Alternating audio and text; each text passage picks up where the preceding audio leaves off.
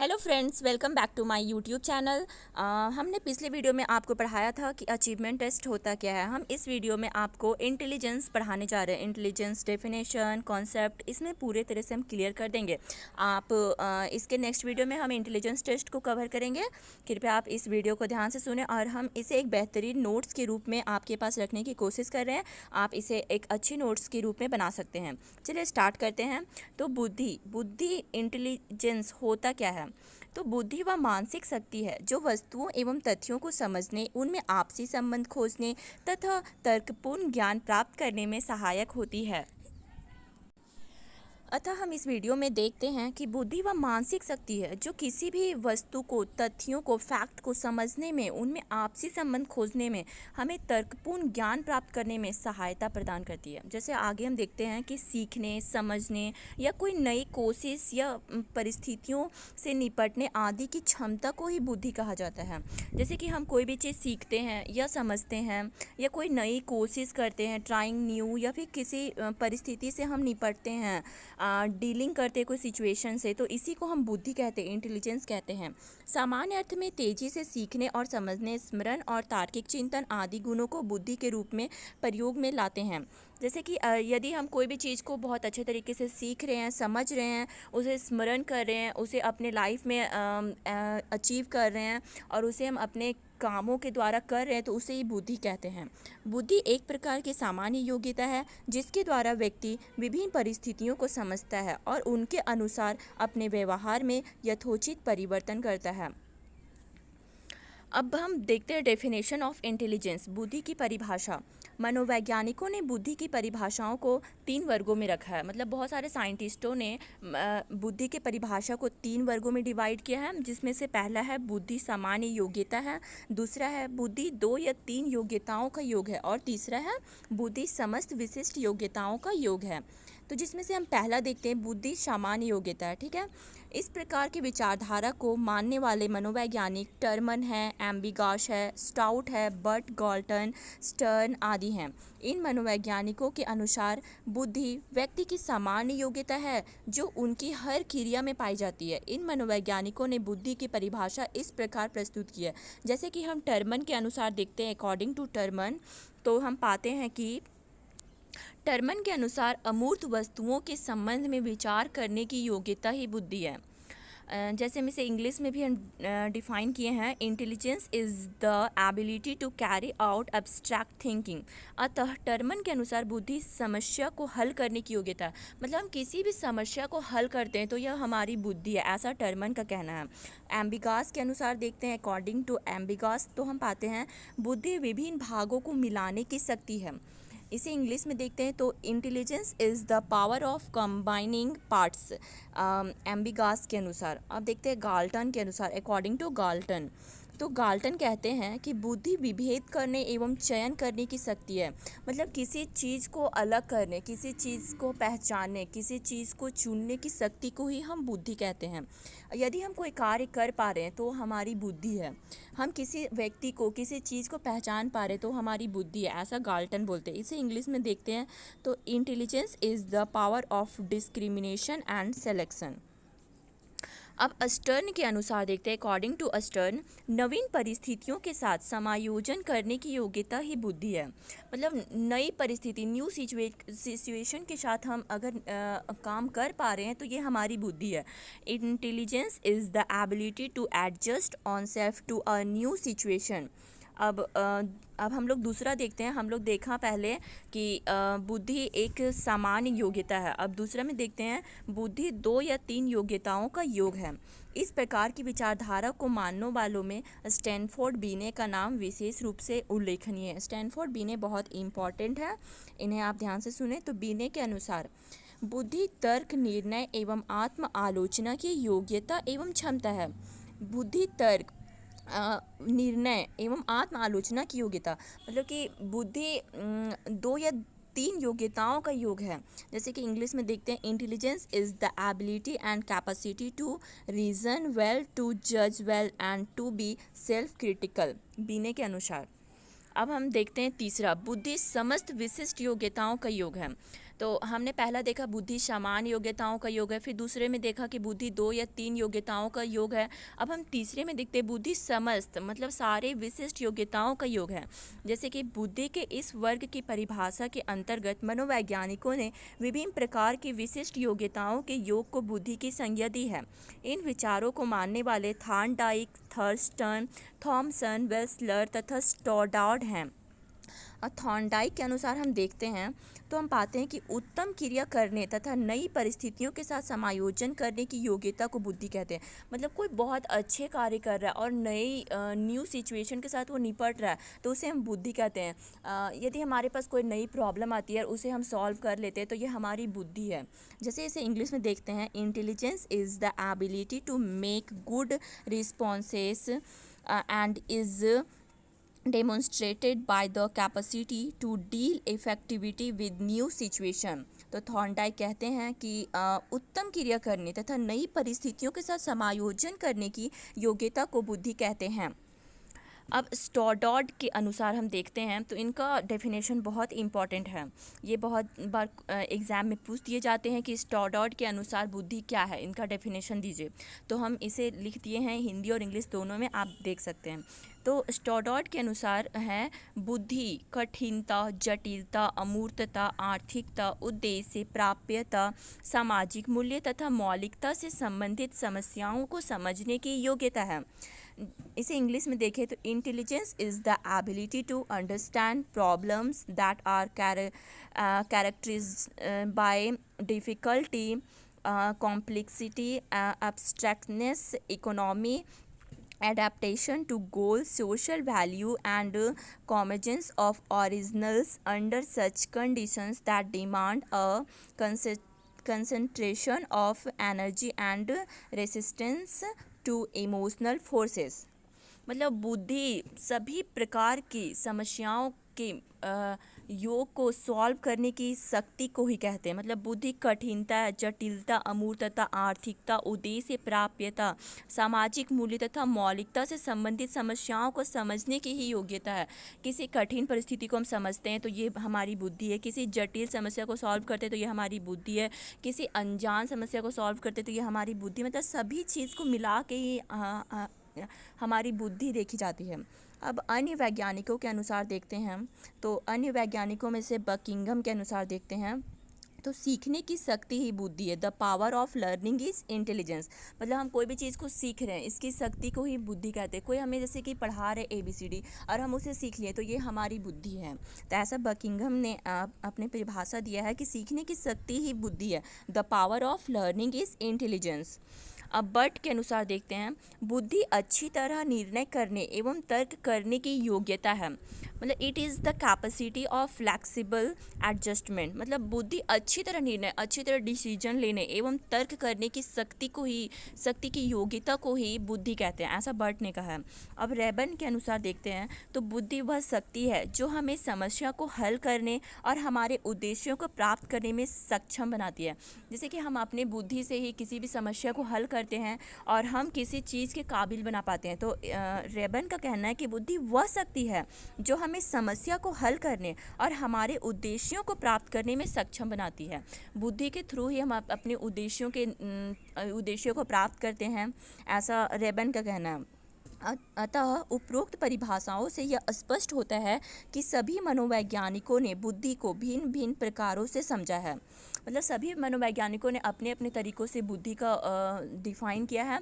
तो हम उपरोक्त परिभाषाओं से तो समझ ही गए होंगे कि बुद्धि कहते किसे हैं। सीखने की शक्ति को ही बुद्धि कहते हैं। हम किसी चीज़ को सीख पा रहे हैं तो इसे बुद्धि कहते हैं। हम किसी न्यू सिचुएशन से निपट पा रहे तो इसे बुद्धि कहते हैं। हम किसी कठिन क्वेश्चन को सॉल्व कर पा रहे तो हम इसे बुद्धि कहते हैं। हम किसी को समझ पा रहे तो इसे बुद्धि कहते हैं। हम बुद्धि के द्वारा ही कोई कार्य कर पा रहे हैं। जिसके पास बुद्धि ना हो वो कोई कार्य नहीं कर सकता है। अब हम देखते हैं बुद्धि की विशेषताएं क्या है, कैरेक्टरिस्टिक्स ऑफ इंटेलिजेंस। तो हम डेफिनेशन तो समझ गए होंगे, कॉन्सेप्ट बुद्धि का तो कंप्लीट हो ही गया होगा। अब हम कैरेक्टरिस्टिक्स देखते हैं कि इसकी क्या क्या विशेषताएं हैं। तो पहला देखते हैं कि बुद्धि व्यक्ति की जन्मजात शक्ति है।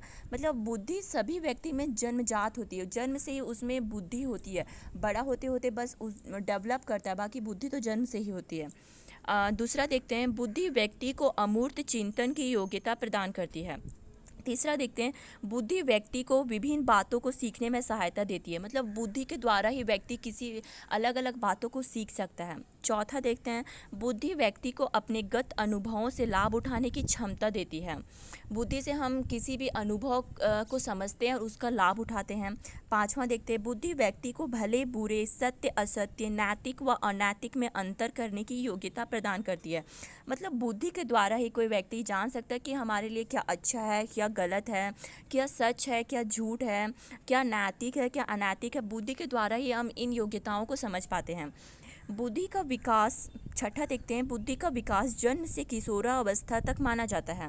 मतलब बुद्धि का विकास अधिकतर जन्म से 18-19 साल तक के एज तक माना जाता है। इस एज तक हमारी बुद्धि में बहुत तेज़ी से वृद्धि होती है, उसके बाद थोड़ा धीमी गति से होने लगता है।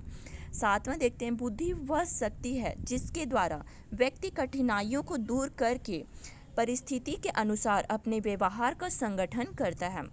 मतलब बुद्धि वह शक्ति है जिसके द्वारा व्यक्ति अपनी कठिनाइयों को दूर करके और परिस्थिति के अनुसार अपने व्यवहार का संगठन करता है। सातवां देखते हैं तो बुद्धि सीखने की क्षमता है। जैसा कि एक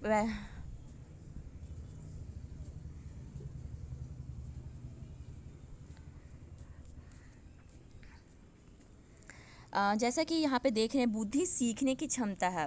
तो बुद्धि विभिन्न योग्यताओं का समूह, ये भी एक कैरेक्टरिस्टिक्स है कि बुद्धि सीखने की क्षमता है।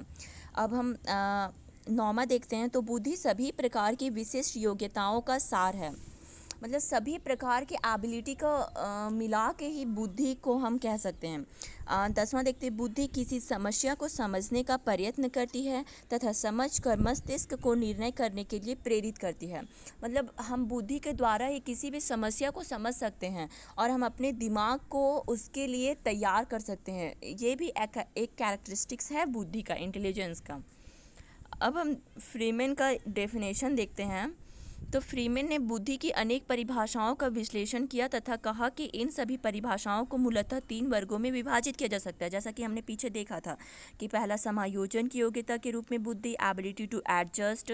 दूसरा सीखने की योग्यता के रूप में बुद्धि, एबिलिटी टू लर्न। और तीसरा अमूर्त चिंतन की योग्यता के रूप में बुद्धि, एबिलिटी टू थिंक एब्स्ट्रैक्टली। अब हम बुद्धि का अर्थ एक बार फिर से देख लेते हैं। तो बुद्धि का मतलब चतुराई से लिया जाता है। बुद्धि का मतलब चतुराई से लिया जाता है। जो व्यक्ति जितना अधिक चतुराई से या कुशलतापूर्वक समस्या का समाधान निकाल लेता है और संकट में नहीं पड़ता है, वह उतना ही बुद्धिमान माना जाता है। जैसे कि हम मान लेते हैं, एक उदाहरण के द्वारा समझते हैं। हमें कक्षा में ही टीचर लोग कोई क्वेश्चन देते हैं, तो कोई बच्चा बहुत जल्दी बना कर दिखा देता है, कोई बच्चा बहुत धीरे बना कर दिखाता है, बहुत देर से दिखाता है। तो जो बहुत जल्दी बना कर दिखाता है उसे हम बहुत तेज़ बुद्धि वाला मानते हैं, बहुत कुशाग्र बालक मानते हैं। और जो बहुत धीरे बना कर दिखाता है उसे हम कमज़ोर बुद्धि वाला मानते हैं, मंद बुद्धि बालक मानते हैं। तो इसी से बुद्धि को चतुराई से लिया जाता है। जो अधिक चतुराई से काम करता है उसे अधिक बुद्धि वाला बालक माना जाता है। अब हम देखते हैं टाइप्स ऑफ इंटेलिजेंस, मतलब बुद्धि के कितने प्रकार हैं। तो थॉर्नडाइक ने बुद्धि के 3 प्रकार बताए हैं। 1960 में ये बताए थे कि बुद्धि 3 प्रकार के हैं। पहला मूर्त बुद्धि, कंक्रीट इंटेलिजेंस। दूसरा अमूर्त बुद्धि, एब्स्ट्रैक्ट इंटेलिजेंस। और तीसरा सामाजिक बुद्धि, सोशल इंटेलिजेंस। अब हम देखते हैं मूर्त बुद्धि, कंक्रीट इंटेलिजेंस। इसे यांत्रिक बुद्धि, मैकेनिकल इंटेलिजेंस या ठोस बुद्धि, कंक्रीट इंटेलिजेंस भी कहते हैं। मूर्त बुद्धि से तात्पर्य ऐसी मानसिक क्षमता जिसके सहारे व्यक्ति ठोस वस्तुओं को समझता है तथा उसका उपयोग ठीक ढंग से विभिन्न परिस्थितियों में करता है। इस प्रकार के बुद्धि वाले व्यक्ति मशीनों और यंत्रों में विशेष रुचि लेते हैं। इस प्रकार के बालक शारीरिक कार्यों में एवं खेल कूद में बढ़ चढ़ कर हिस्सा लेते हैं। औजारों, मशीनों, उपकरणों एवं यंत्रों के साथ व्यवहार करने की योग्यता, मतलब मूर्त बुद्धि के अंतर्गत ऐसे बालक आते हैं जिन्हें शारीरिक कार्यों में, खेल कूद में अधिक इंटरेस्ट होता है। इन्हें ठोस वस्तुओं का महत्व समझना आता है। इन्हें मानसिक क्षमता जिसके सहारे व्यक्ति ठोस वस्तुओं का महत्व समझता है, विभिन्न परिस्थितियों से निपटता है। इस प्रकार के बुद्धि वाले व्यक्ति मशीनों और यंत्रों में विशेष इंटरेस्ट लेते हैं। इन्हें मशीनों से काम करना बहुत अच्छा लगता है, इन्हें खेल कूद में बहुत अच्छा लगता है, इन्हें मतलब शारीरिक बल जितना लगे वो सब काम में बहुत अच्छा लगता है। अब हम दूसरा देखते हैं, अब्स्ट्रैक्ट इंटेलिजेंस, अमूर्त बुद्धि। इसका संबंध अमूर्त तार्किक चिंतक, लॉजिकल थिंकिंग, मनन, रीजनिंग तथा कल्पनाशीलता, क्रिएटिविटी से है।